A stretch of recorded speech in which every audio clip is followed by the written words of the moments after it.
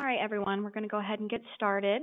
I'm Emily with Broker Online Exchange. I'd like to welcome everyone to our March Energy Market Intelligence webinar. If it's your first time joining us today, we're glad to have you.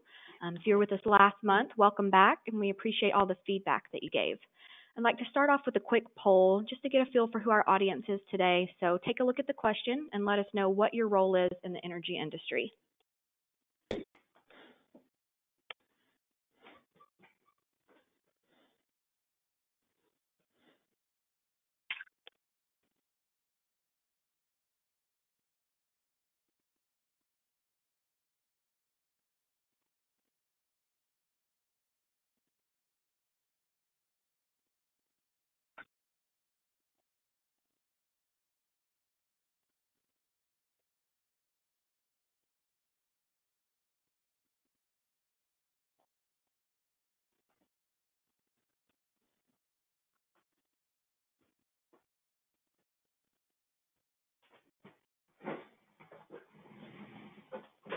All right, thanks everyone. I'm going to go ahead now and turn it over to our Energy Market Analysts, Elliot Chorn and Brian Stanton.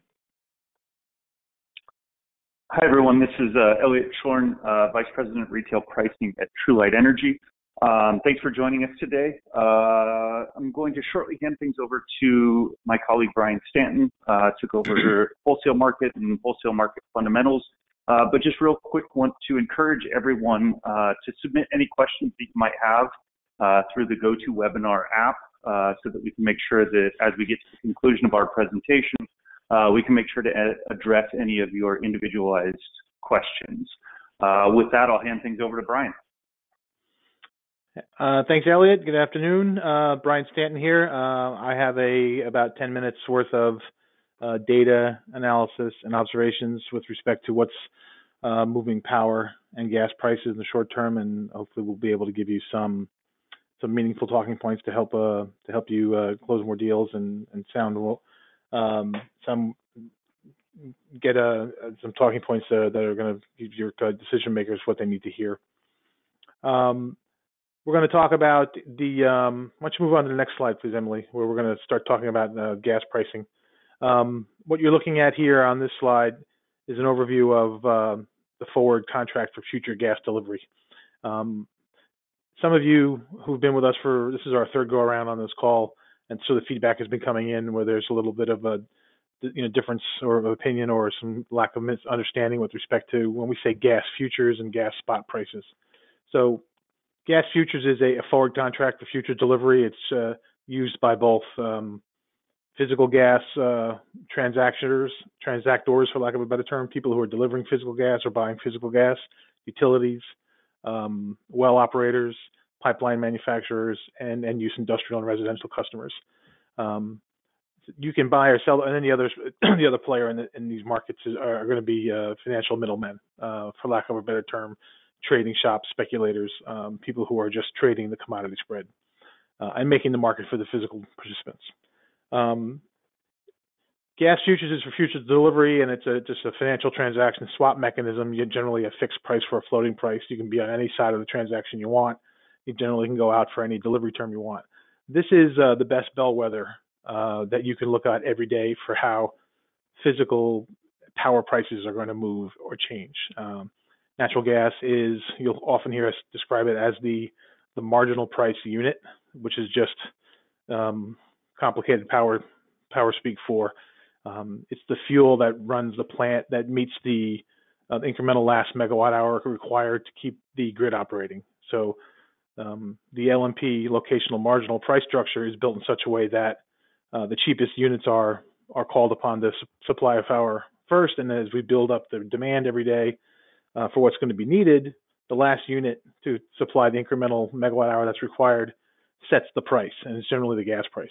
So when that price is set by the last available unit, everybody who's supplying that power to that hour to the ISO gets paid that same price. So that's why we don't track nuclear fuel pricing very aggressively. That's why we don't track coal pricing very aggressively, although there are instances in which coal pricing and gas pricing pass each other in the stack, and that triggers certain demand factors. But that's neither here nor there for this call. Point is, getting familiar with the futures NYMEX Henry Hub gas contract, which is the blue line you're looking at is something that will help you recognize patterns in seasonal deliveries and also have some intelligent talking points for your customers when they're trying to understand what decision to make with respect to their power spend. Next slide, please, Emily, is you'll see the orange line, I believe, and that's the spot price.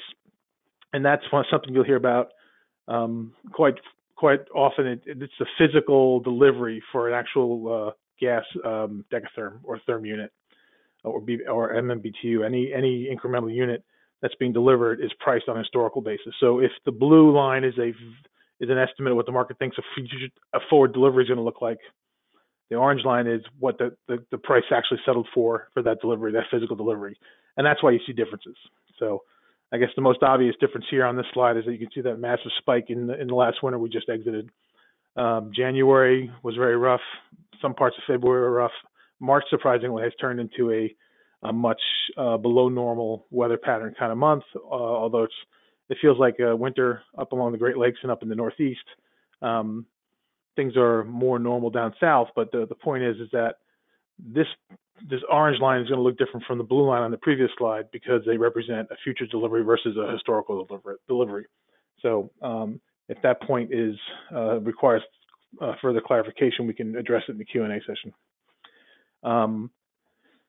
The backward-looking spot price is also a good arbiter and indicator of where power prices are going to go because, again, it reflects demand conditions. So when it's now a good time to skip to the next slide, I guess, and start talking in deeper detail about supply and demand.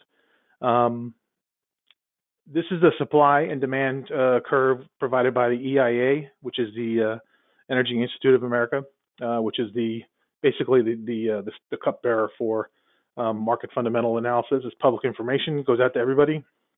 This is a view of the daily supply of natural gas in the United States markets, which is the static orange line. Static's probably not the right word, but we'll talk in a little bit. You seldom see that line move a lot.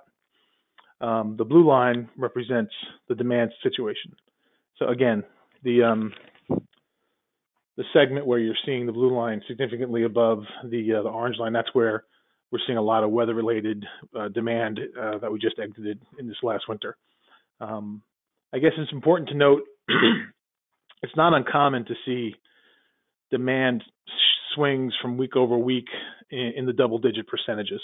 So, for example, supply, on the other hand, it very seldom moves more than 1% or less than 1%. It's usually less than 1% if it moves at all. Very often it's static week over week. And that's a function of infrastructure. Supply of natural gas is, up until recently, it was in which we used a lot of imports from LNG, which is liquefied natural gas. Up until recently, this number was subject to some volatility as the expansion of the economic recovery of what they call shale gas, and we can talk through that. But the point is that this number, the overall supply of natural gas has been fairly steady and creeping upward predictably as new gas operations come online. So it's not uncommon to see that number move up or down, maybe, like I said, less than 1% net. Major sources of supply are domestic production, and we get a fair amount of Canadian imports. When prices are attractive, Canadian producers are selling their free MMBTUs into our market. So you'll see Canadian imports swing by plus or minus 5 or 10% week over week, but it's still such a small piece of the pie, it doesn't move the needle very much.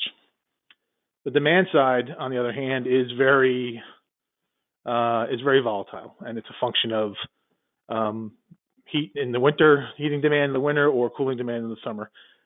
It's more extreme. Gas volatility is more extreme in the wintertime because of so many major urban centers and other ISO power zones in which residential and commercial customers are actually calling on natural gas to heat their homes. So that number could swing anywhere from plus or minus 20% in real extreme times. You also see the industrial sector. It's a big component of demand for natural gas, but those are fairly steady. You don't see a whole lot of wild swings. It's unusual to see the number move plus or minus more than 5%. It's more like a 1 or 2% number week over week change. And the other big element is something we call power burn demand, which is simply natural gas being supplied to nat gas fired generating plants, where the ISOs are buying physical gas and using more or less than what they need, depending on weather conditions and demand conditions in their ISO. Think of the New England power pool is a very heavy gas generation stack. New York less so, but incrementally pretty strong. The PJM markets have less reliance on nat gas units, so their pricing tends to be less volatile, especially in the wintertime. And then, of course, you have Texas, where everything's different. And they're very heavy. Their stack is very heavy with not only wind renewables, but they also have a lot of gas demand. And they're all subject to some very extreme weather spikes, plus or minus. So those are the big demand factors. Week over week, what we've been looking at,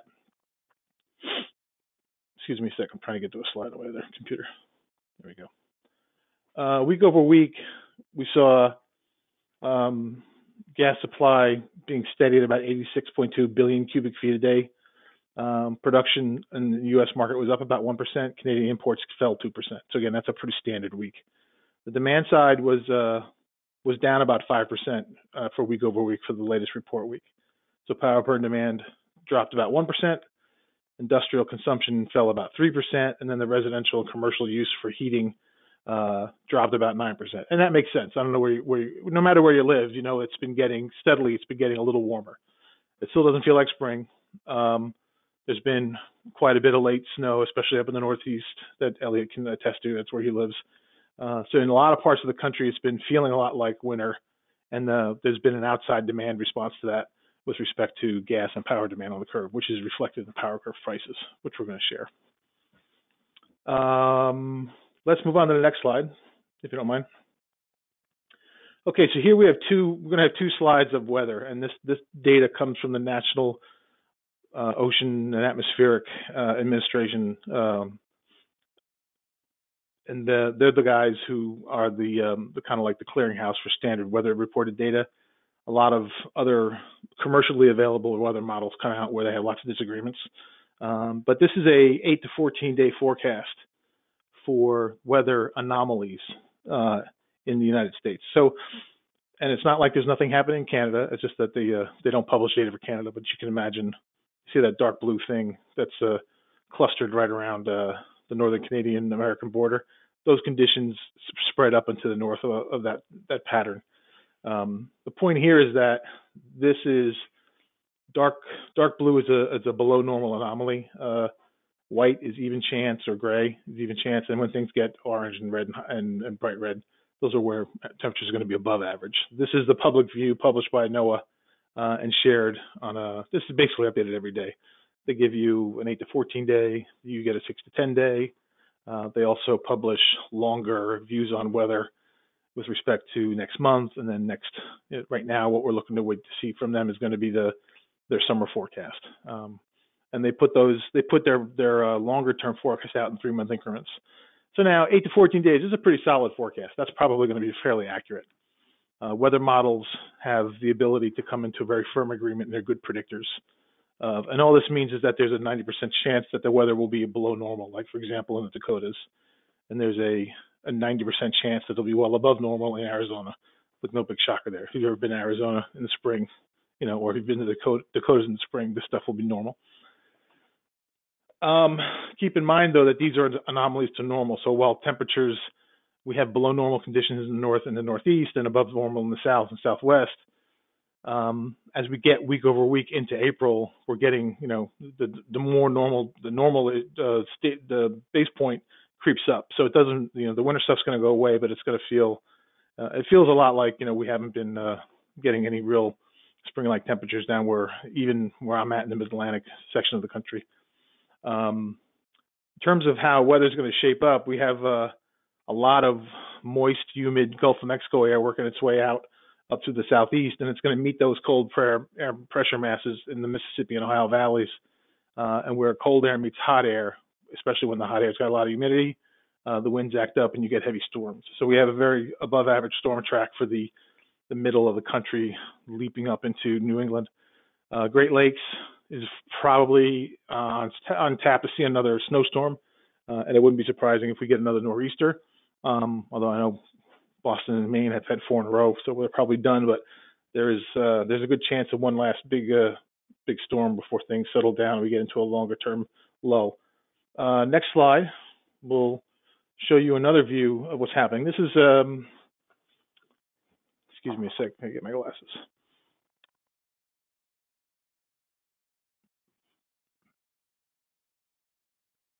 April, May, and June. Okay, so this is a 3-month view of the weather forecast. Again, NOAA puts these out looking at a 3-month window. They're less reliable, but they have a pretty fair track record. So the message here on this slide is the warm air creeps up from the south, pushes the cold air back up into Canada. The only spot where we have a better than 90% chance of below normal temperatures is up in Idaho and Montana. But there's a big solid mass of above normal air stretching all the way from Cali up into North Carolina. So the main message here is that at the tail end of this report is the month of June, which is the unofficial start of summer in the Mid-Atlantic anyway. But you're going to start to get summer pricing or summer conditions. I say plus 80 degrees, plus 90 degrees in the southern markets, probably in middle of May and into June. That's not unlikely. The point is now we are in what we call the shoulder season. We're approaching the shoulder season of weather-related demand.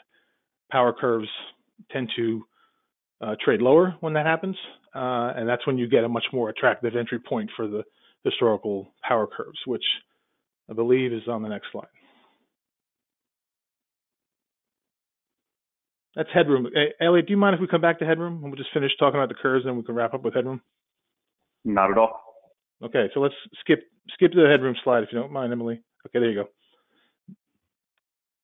On this slide, you have the 12-month around-the-clock strip for PNSH. It's Public Service Enterprise in New Hampshire. That's a fairly decent-sized utility delivery zone in New Hampshire and the Newpool market.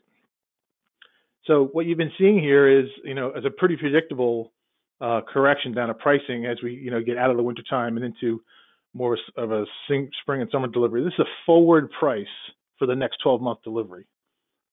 So it's a little different than what you're normally used to seeing with respect to, gas pricing. Gas pricing is a next month delivery mechanism.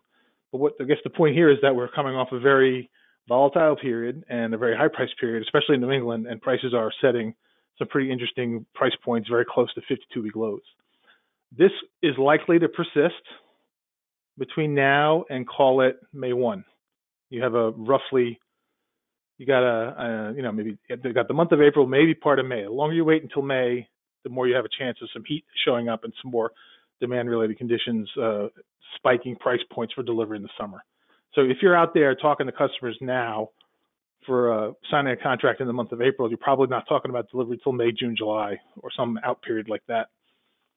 The point is, we are entering a very soft price environment, especially for the deliveries for the next 12 months, and the curves are showing those attractive entry points, and it's now a good time to really shake the trees with prospects and show them some data points to say, hey, look, we got out of the winter, volatility was high, but the prices are bouncing off new lows.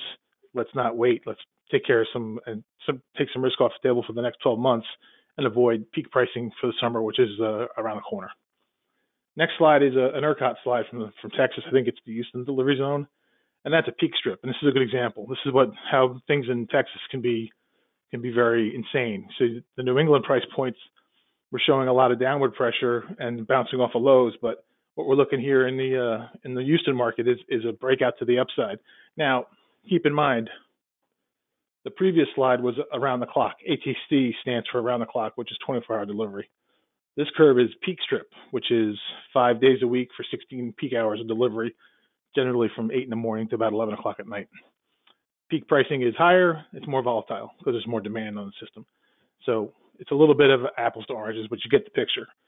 The peak delivery months in Houston and other ERCOT load zones have been spiking so high and are setting, trading in high triple-digit numbers. I think Elliot checked me on this one, but you said peak August delivery for Houston is north of $200 a megawatt hour now, which is not very good.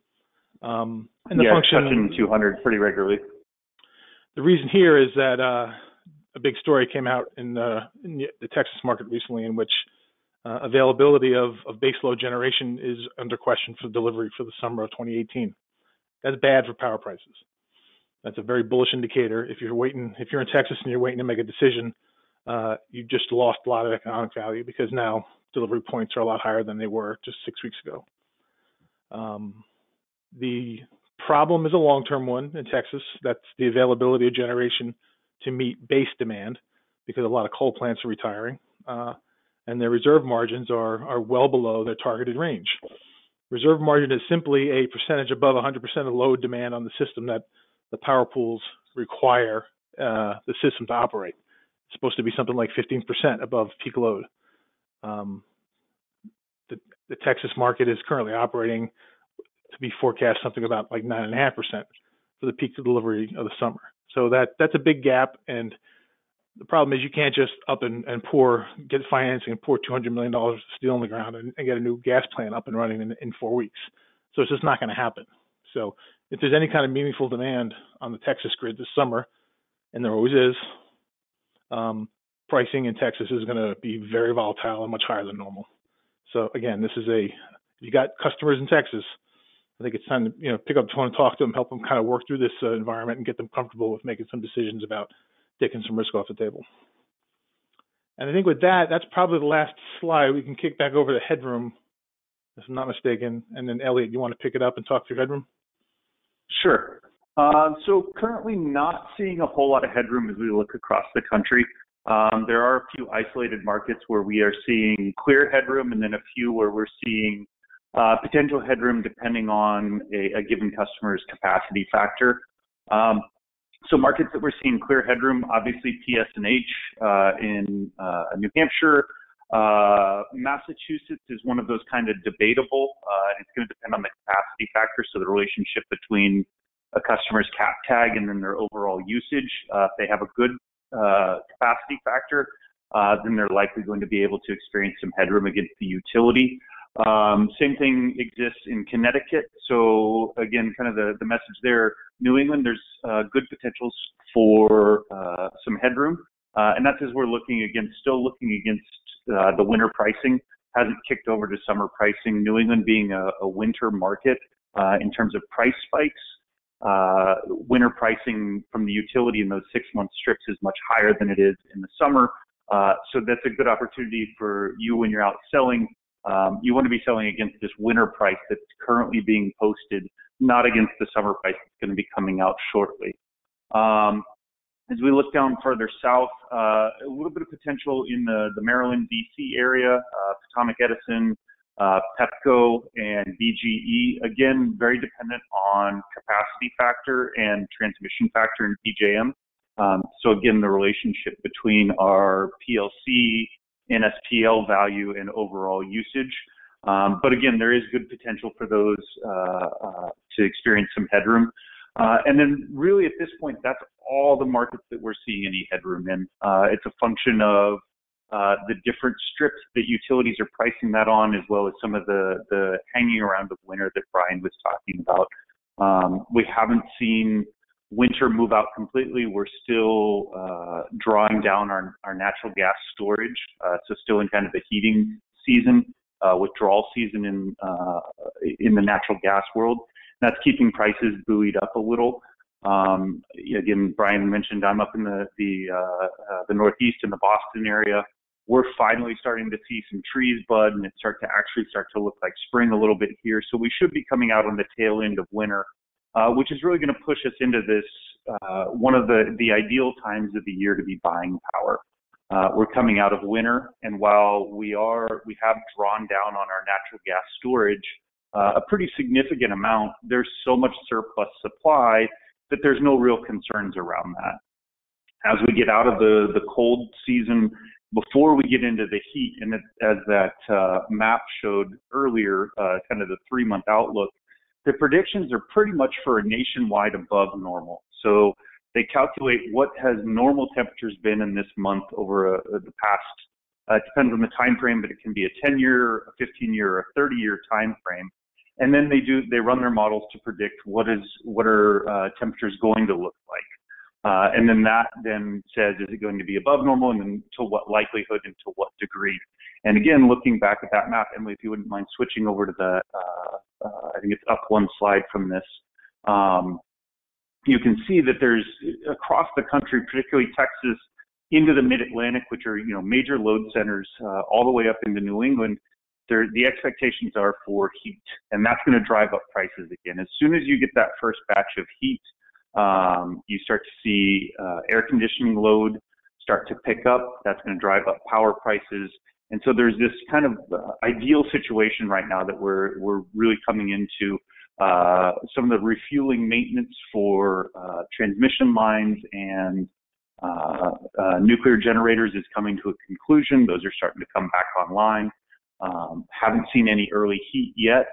So as this cold moves out, we enter this really ideal time to buy. And you can see that in that forward curve that Brian was talking about in the New Hampshire area.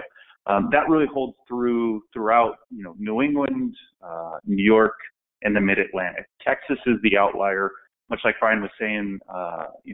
Power prices there, due to this reserve margin issue, and really, frankly, a fear that they're not going to be able to produce enough power to meet demand, has prompted a real run-up on power prices, particularly in July and August of this year, where you're starting to see prices.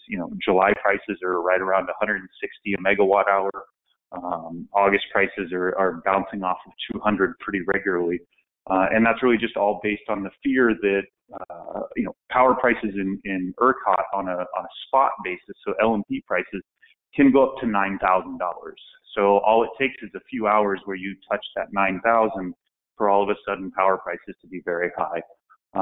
So to echo Brian, if you have clients in Texas that are not in a fixed price contract, unfortunately, they're going to have to pay a premium for that contract now to lock in now.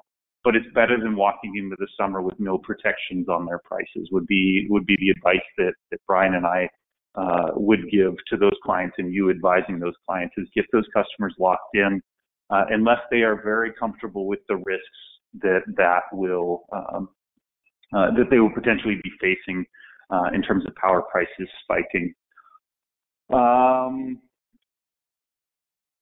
not sure about anything else fundamentally going on with the market that we need to touch on. There's been a little bit of concerns in New England. The Pilgrim Point nuclear generation facility has been offline. It's been an ongoing issue with maintenance over the past 5 years. It's scheduled to come offline permanently this time next year. So from a planning perspective, it's known, but it is offline, and there's concerns as to when it's going to be coming back online, which could drive a little bit of additional volatility if they're not able to bring it online before the summer in the New England markets. Otherwise, gas is pretty stable. Production is there's plenty of production. The pipeline infrastructure has continued to be built out in PJM in particular. So there's no real driving factors that are driving any volatility there. There continues to be the retirement of coal plants going on, a further penetration of renewable assets, particularly solar in PJM, wind in Texas, New York, and kind of a combination in the New England market, which can drive volatility in the sense that those are not dispatchable resources. Can't turn them on when you need them. They're going to run when they can. If all of a sudden the wind dies or the sun goes behind a cloud, you might have to ramp up a natural gas unit that's going to then drive power prices up in that short term. I don't know, Brian, any other kind of fundamental things you're keeping your eyes on? I don't know if you guys do a whole lot of work in California, or if you have customers out there. But if there's one thing we tend to overlook California because it's such a weird animal. But there's been a lot of natural gas storage problems happening in Southern California, especially. So you see a lot of volatility in Southern California delivery price points. Combination of an unusual winter there. They had a wet winter, and they also had a lot of cold hanging on. So normally this time of year, California would be a reliably, steady price point, whereas it's above average price points. But but it has been happening. So there's been quite a few below average points. So there's been a lot of demand on the grid. A lot of demand on the gas delivery system. Something interesting, there's something called Aliso Canyon, which is a storage facility which had some leaks over the last couple of years. So it's operating about half the capacity it normally has. So when you combine an unusual demand scenario driven by cold weather in Southern California and the fact that they are really scraping the bottom of the barrel on their gas demand situation anyway, gas supply situation, and the state of California and the various stakeholders have not been able to come to a resolution that gets the Aliso Canyon back to its full operating capacity. That's been reflected in price volatility in Southern California. So if you've got customers out there, the problem is at Cali, the market is not as easy to operate in as some of the other points. But if someone's got operations there, that's another thing you can bring up and talk about. There's a lot more price volatility than normal happening in Southern California. So I think with that, we can start diving into some of your questions. And again, encourage you to lob in any questions that you have. Brian and I will do our best to knock them all off one by one. And if we don't get to them, we'll circle back and have someone from the box team reach out to you directly with our answer. One question that came in is if we could explain heat rate and what its impact is on wholesale rates. And I'll take first crack on that, and then Brian can definitely fill in behind. Heat rate is really a measure of efficiency for a power plant. So it's a number that quantifies, if I put in 1 MMBTU of gas, how much power do I get out? So that factor, which can range from a 2 to a 10 for easy numbers, is then multiplied by whatever the cost of natural gas is, and that's going to set the price for that power plant. So if I can buy gas for $2 and I have a heat rate of 9, well then it's $18 a megawatt hour is what I could sell power for. So what the way that affects wholesale prices is then we zoom out and we look at the entire market and what the average heat rate is for that entire market. We know what gas prices are, and that's going to be indicative of what wholesale power prices are. That is, heat rates are improving as older generating facilities are going offline and they're bringing on more and more efficient and some of the new combined cycle where they're generating power both on the burn of the natural gas as well as running a turbine off the steam that then produces. So basically doubling the amount of power, or not doubling, but taking 2 cracks at extracting as much power out of that as possible. Brian, I don't know if you have anything additional to add to kind of the fundamental about a heat rate. Yeah, I guess the only thing I would add is that from a retail buyer's perspective, heat rates are also a way to price a variable price contract. So the first answer you get is generally, if I'm running a power plant, how do I determine how much it'll pay me? So it's good information for power plant operators. It's also good information for people like Elliot who builds pricing models for power, because it allows you to take a very liquid delivery point mechanism, which is natural gas. You can get a 20-year curve on natural gas and have it be fairly reliable. And then you could apply that with heat rate assumptions to create a curve for a very illiquid product, which is electric power. So heat rate's fundamental to transmitting wholesale market data for gas into power price assumptions, and it's very reliable. It's got a very good indicative price point. So it's fundamental to figuring out how to price retail risk. But stepping back to the retail customer world, in Texas, a lot of retail load serving entities will sell what they call heat rate retail products, where you price your power risk with a heat rate contract. So you say, I'm going to buy a heat rate contract at a heat rate of 9, and then hope that the price is going to go low, because then you can do what they call close the leg of the heat rate contract and convert it to a power contract by selling back the heat rate power and locking in a price point. And it's just a way to ride a variable market and watch price points and allow them to set your power price when you are comfortable where the price points are at. It's only really been successful in Texas. A lot of Texas brokers have tried to export it to other markets. The problem there is that visibility and delivery into other non-Texas pipeline price points has been a little challenging. And frankly, it's a risk factor that not everybody's comfortable taking. So you'll hear about retail heat rates as a product, but they never really took off in a big way outside of Texas. Yeah, I mean, I would echo that, and that's, with everything else going on in Texas, and we'll dive into that, what's going on in Texas a little bit further. A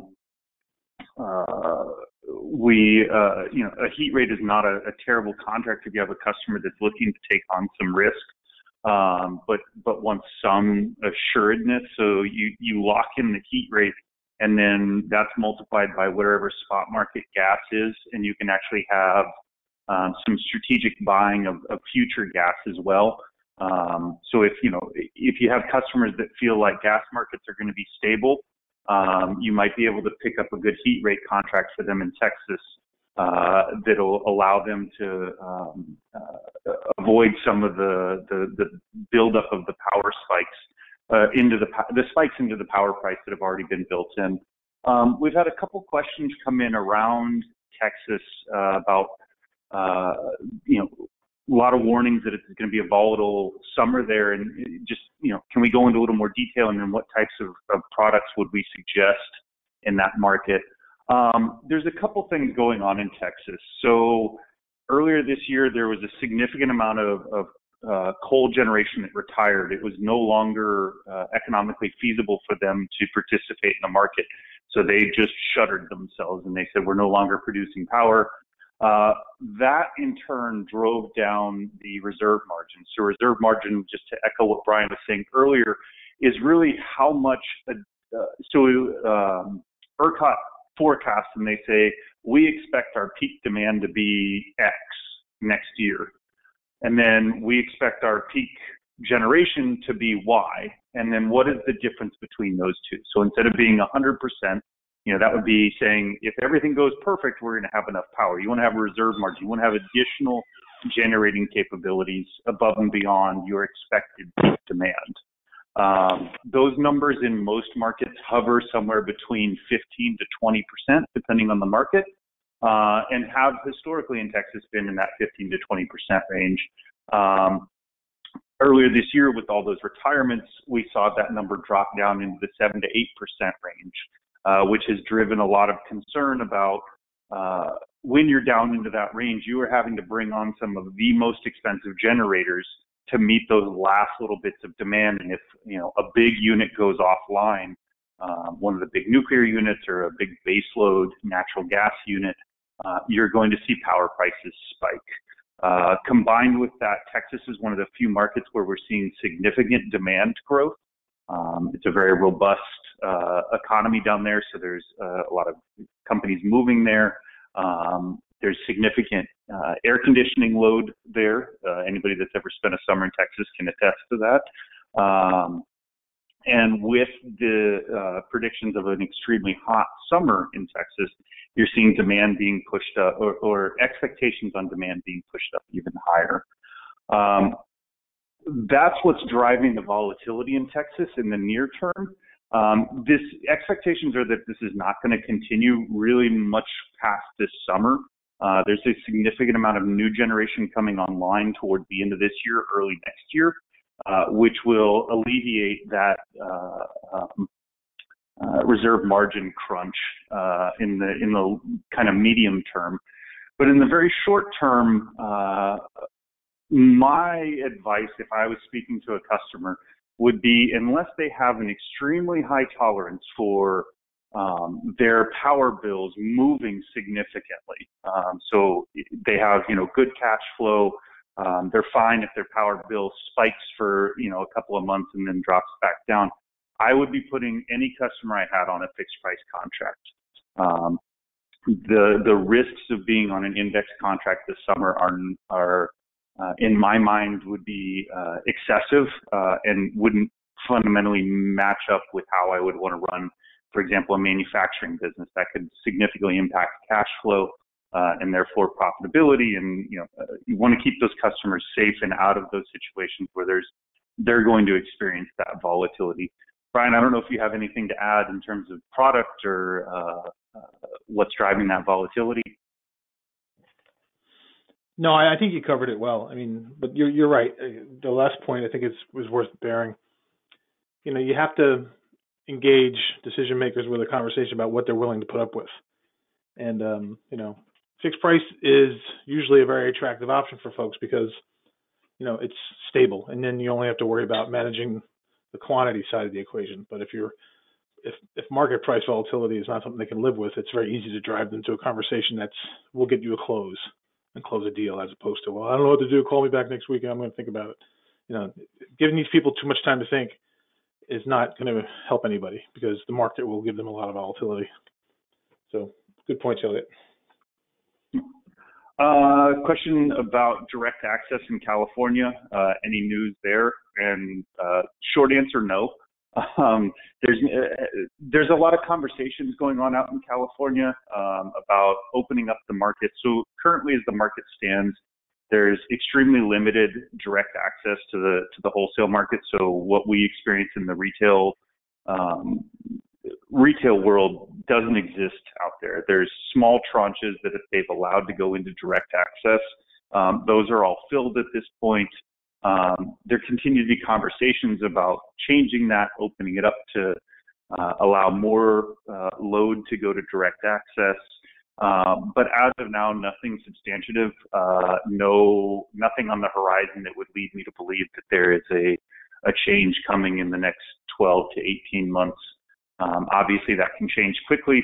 We keep our eye on it, but there's been nothing in any of the legislative bodies that would lead us to believe that there's any big changes coming for direct access in California.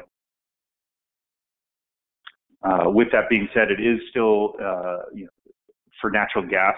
If you have customers that have locations in California that do use natural gas for anything, it does continue to be a retail access market for natural gas. So that is a way that you can bring your services to bear for those clients that are in California. Yeah, and if you're selling efficiency or demand response, those are always attractive ways to keep large customers engaged, even if direct access is not for them anymore. Kind of another question kind of on that heat rate idea. Again, recently what's changed in Texas it drove heat rates up. That is a driving factor. It's part of the equation for what's setting power prices. So when heat rates spike, natural gas has continued to be very stable, particularly in Texas where they're pulling it out of the ground all over the place. There's an abundance of natural gas there.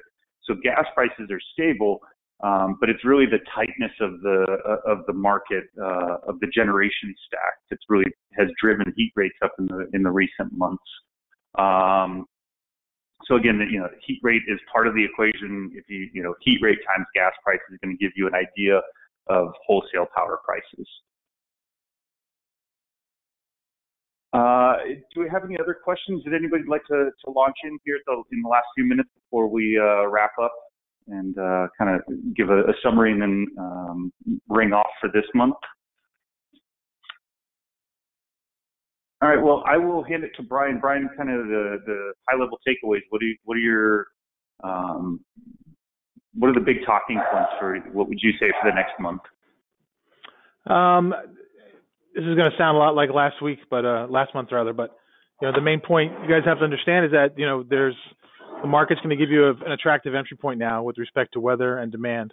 When you get normal warm weather, you get a drop in demand. Supply is not going away. You're going to see some attractive price points on the downside for both nat gas and power curves. And I think it's important to, revisit prospects who haven't made a decision or launch out and get some new ones, because between now and May 1st is a real strong time to make some contacts. And if you wait till middle of May, it might be too late. Yeah, I'll echo Brian. We're kind of in that sweet spot. This is the time of year to be doing it. If you have customers that are on the fence, I would even shorten it even past that May 1st, or more recent than that, May 1st. I would be looking, kind of mid-April, because when you get that first batch of heat anywhere in the country, you're going to see power prices rise. That's going to drive up gas prices. You're going to see the whole market start to react to that. Wholesale traders are looking for that volatility. They're looking for a reason to push prices higher. And so then, that's going to then drive up prices. So the sooner the better. I think last month we were talking, hey, you've got kind of a 4 to 6 month window. That got pushed a little bit later due to the kind of the lingering cold here in March.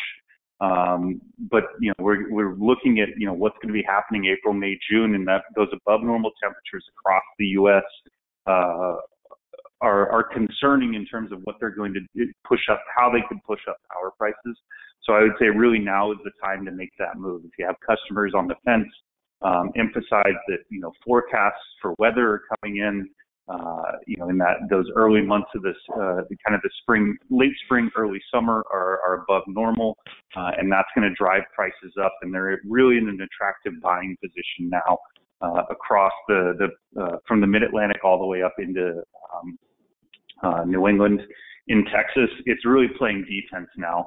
It's not an ideal time to buy a fixed contract because prices are very high, but the protection that will put on your utility bills versus riding the index market and potentially getting crushed by $9,000 pricing, you're really in a defensive position. In the Mid-Atlantic to New England, it's actually a very good time to buy. I would say it's a very bullish situation. I would want to buy and lock in long-term contracts right now if I was managing load. In Texas, I'd be looking at it and just saying, how do I play defense? How do I not go bankrupt over this summer and not pay $9,000 for an hour's worth of power? So that's kind of my takeaways from where things are now. Obviously, this can all change in an instant. Weather forecasts change. It's a good opportunity now, and I would be encouraging my customers to jump on it as quickly as possible. So with that, I think we'll hand it over to Emily and wrap up for this week. Thanks everybody for your time. And Emily, if you want to take it from here. Thanks, guys. I know Brian and Elliot were talking about past and future trends during the webinar, so I wanted to take this opportunity to quickly show you guys something that we have integrated into our new portal. This is our portal right here on the quotes page. So once you enter in all the specific parameters that you have for the quote that you're looking to get, all the rates will pop up here, and you can actually hover over the rate and click this button right here, and it will show you all the past and future trends for that specific supplier. So this is just one of the many new features that we have in our new portal to hopefully help set you guys up for success with your customers. That being said, I'd like to thank Elliot and Brian again for sharing with us today and everyone else for joining. If you have any questions at all that weren't answered, just email your account manager or broker support at brokeronlineexchange.com. Thanks again, everyone, and we hope you join us next month. Thank you.